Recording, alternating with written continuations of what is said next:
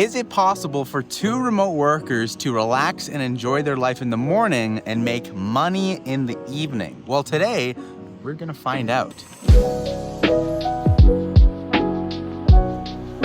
is the most pathetic. Get away! Go! Just carry on. So you've seen the TikToks, you've heard the whispers, kids barely old enough to drive making $10,000, $20,000 a month just by hopping on Zoom calls. In this video, I'm gonna break down everything you need to know about remote closing in 2025, including what the job actually is, how to pick the right offers that actually make you money, the fastest way to land your job in less than like 30 days, who remote closing is perfect for and who it is not, and then finally, and most importantly, what you can realistically earn in 2025. But real quick, if you just want to say, fuck this video, I just want to get started right now, give me it, then click the first link in the bio to see how you can make $10,000 a month as a remote sales rep in 2025. Also, if you're wondering why I'm filming this on a ski lift, it's just because I am here for the next week taking calls, remote closing in the evenings, and skiing, enjoying my life in the morning. So without further ado, let's get into remote closing. So first things first, like what is remote closing? Remote closing is where you find some sort of already succeeding online business out there. Like think of some sort of like Instagram or like YouTube influencer. You know, you see a guy in front of a Lamborghini or a woman telling you how to improve your sex life, or like Eman Gadzi wanting you to start an SMMA. Behind all of those advertisements that you see and all of those gurus are remote closers that are making hundreds of thousands of dollars. Now what you do is that like you as the viewer, you click, you're interested, and bam, a remote closer slides into a Zoom call to sell you a $5,000 program. And most of the people you talk to, around 10 to 20%, already know that they want to buy the thing. They just need guidance on how to do it. And that is where you come in. What's different about remote closing in 2025 is like it's come a long way since its inception. So back in 2013, it was mostly like low ticket stuff, you know, selling $50 courses through Facebook ads, you know, but fast forward to 2025 and now the game has changed. Nobody trusts corporations or overpaid celebrities anymore. Now it's all about influencers. People buy from creators that they feel connected to, like Mr. Beast, Joe Rogan, or that one TikToker who convinced you to buy a $30 water bottle. We're in a market today where people need a personal touch to lower people's fears around online scams. Okay, the market today is just really sophisticated compared to where it was in 2013, which means that they will only buy from people they trust and like. So for example, your favorite YouTuber or creator, where there is already a connection, like a pre-built trust already there. And now in 2025, there's an even bigger opportunity than ever before. So like with e-commerce going sicko mode and with more high-end services than ever, plus Trump getting elected, remote closing has only grown a lot more relevant. It's an opportunity to earn business owner money without actually having to build a business yourself. So just to illustrate my point, like notice how in the 2024 election, Kamala spent over $10 million on celebrity endorsements. Beyonce, Eminem, Cardi B, and a bunch of other celebrities, and that didn't even put a scratch on Trump's reach and trust going on Joe Rogan, Elon Musk on X. And so my point is this: trust in big companies, big celebrities are down, and trust in online influencers are up through the roof. No doubt about it. And entrepreneurs who run like their own physical businesses, like think personal trainers doing like muscle recovery services, they're starting to move their businesses online and they're starting to brand and sell to this global audience. And that's where remote closers come in. Like you're the bridge between these high value business owners and a sale. So my life is pretty simple as a remote closer. I pretty much block out my calendar from like 9 a.m. till 2 p.m. And then from 2 p.m. I hop on Zoom. I take like 3 to 5 Zoom calls a day. I might sell one of them a program. I make $500 for that day, and then I just kind of repeat for the next day. If I wanted to make more money, I could keep my calendar open up from 9 a.m. to 9 p.m. I could talk to like 8 people in a day or 10 people in a day. I actually had an interview with Jared, one of my buddies, who he did that exact thing, and he made a ton of money for like 3 months, and then he just burnt himself out because he didn't have the work capacity to work that hard. But if you wanted to, you could absolutely do that as a remote closer.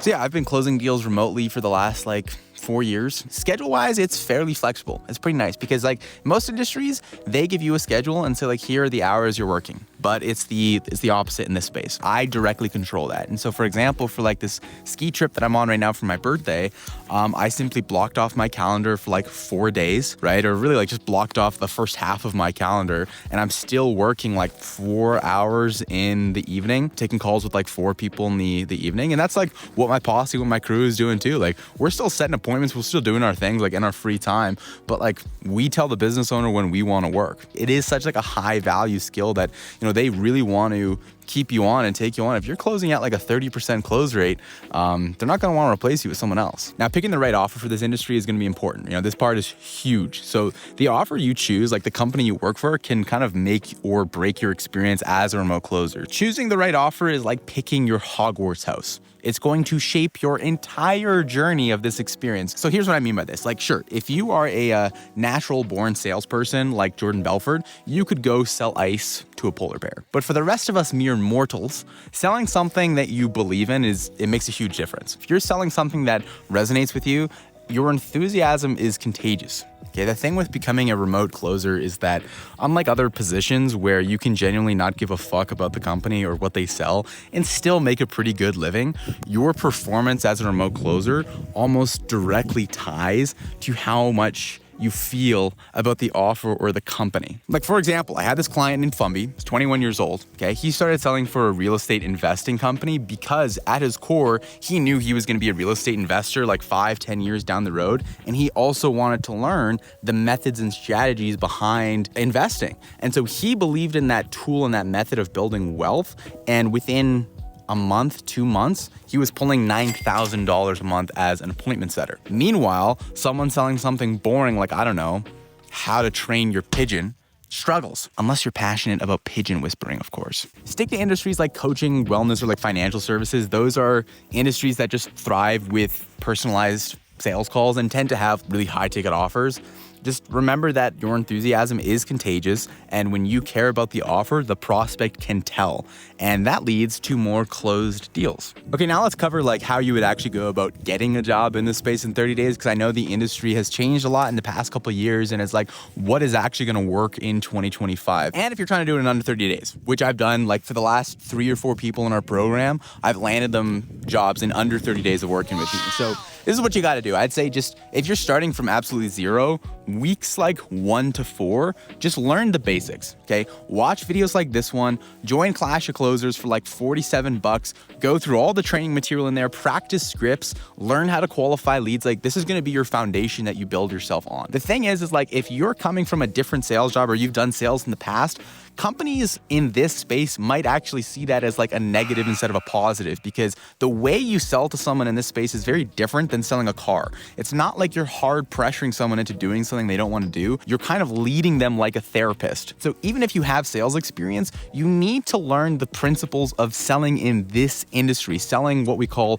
transformational based sales, which I have tens of hours of videos in Clash of Closers that you can check out down below. In this phase of you learning, if you're serious about getting a job, turn off Netflix. Like watching Netflix? No. Practice scripts like your life depends on it. Like learn it front to back. Then weeks like 5 after you've done the training, build up your digital presence. So like put a professional LinkedIn up, delete any content on like Instagram, on Facebook. That's not ideal. Let people know that you're available for work. And then after that, spend like 2 to 3 weeks actually applying for positions, interviewing, pitching them on the call. What I mean by pitching is like doing mock calls with them on the call. If you search for remote closer or high ticket sales and jobs like LinkedIn, just send like 5 to 10 of these applications a day. Okay. And then here's the kicker if you really want to stand out.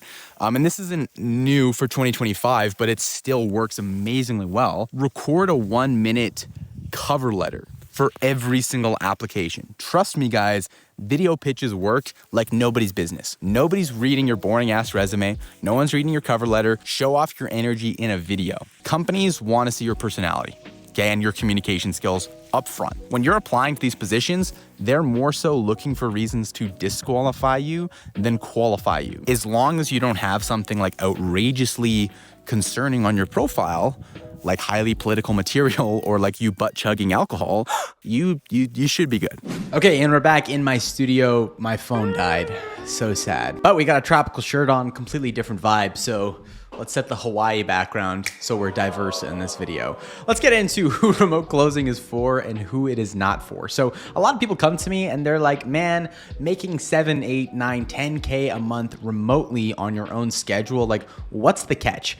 Here's the catch. Remote closing, remote sales, like it's a sales job. That's the catch. Sales is not meant for everyone. And there's a few reasons why. For one thing, your income is not guaranteed, meaning that like if you need some sort of structure and stability around your pay, then like sales is not for you because it's just the way of the beast that you're going to have low months and you're going to have high months. Now, you, for the most part, are directly in control of that, but there are things that are out of your control. Like if a company has a sucky month for marketing and there's a low number of leads, it's going to be very hard to hit your standard numbers. So you're going to have a lower month that month. And if that stresses you out, then sales is not going to be good for you. Yeah, I should mention though, like as a remote closer, your income really shouldn't drop below like, I don't know, 5K a month, like ever. That's just like unheard of, should never happen. So it's not like you're going to be impoverished one month or anything like that, but your income just fluctuates so high and low. There's a lot of inconsistency there. So you have to get very good at like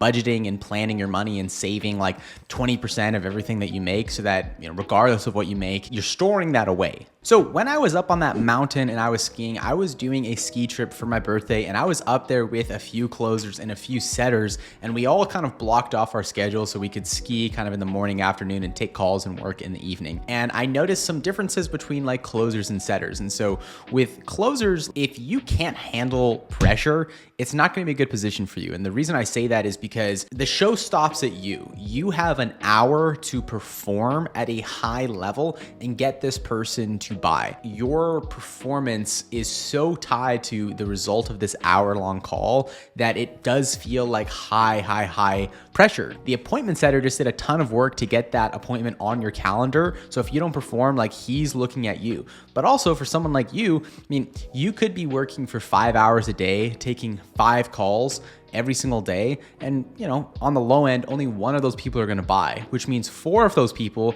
you're going to invest 4 hours into and none of them are going to buy. That could be a little bit draining on your energy if you're focusing on the losses instead of the wins, which means that if you're not self-motivated and you can't look optimistically towards things, this is also not going to be a good position for you. But on the flip side of that, if you are self-motivated, like you are a very driven individual, you don't need a lot of like management above you telling you what you should and shouldn't be doing, then closing is a really good position for you. Like, yeah, you're going to get sales training and people managing you to tell you how to improve. But for the most part, it's like you kind of run the show and do it like the way you want it and how you want it. And you set your schedule and you set your hours, right? Another thing is like, if you handle rejection really well, like you could care less about what people think, then this is another really good position for you because you are going to get told no more than you're going to be told yes. And so that bleeds really well into this position.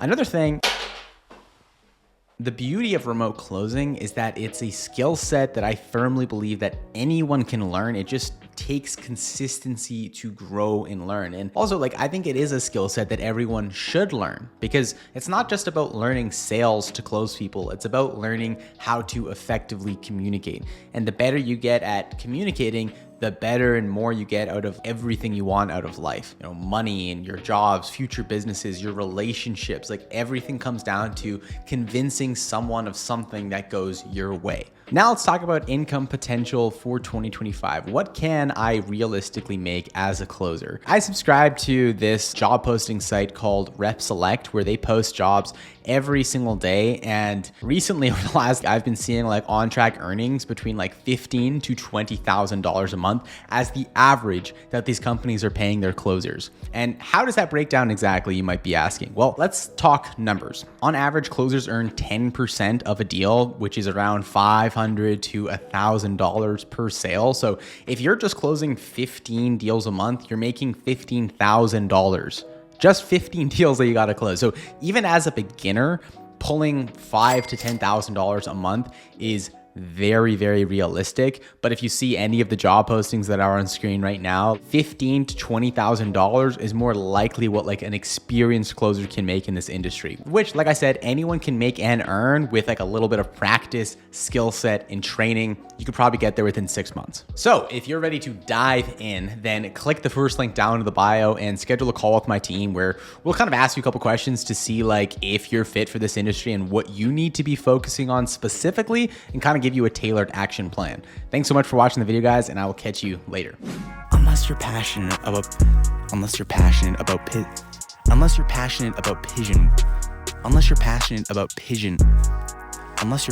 about pigeon whispering, of course.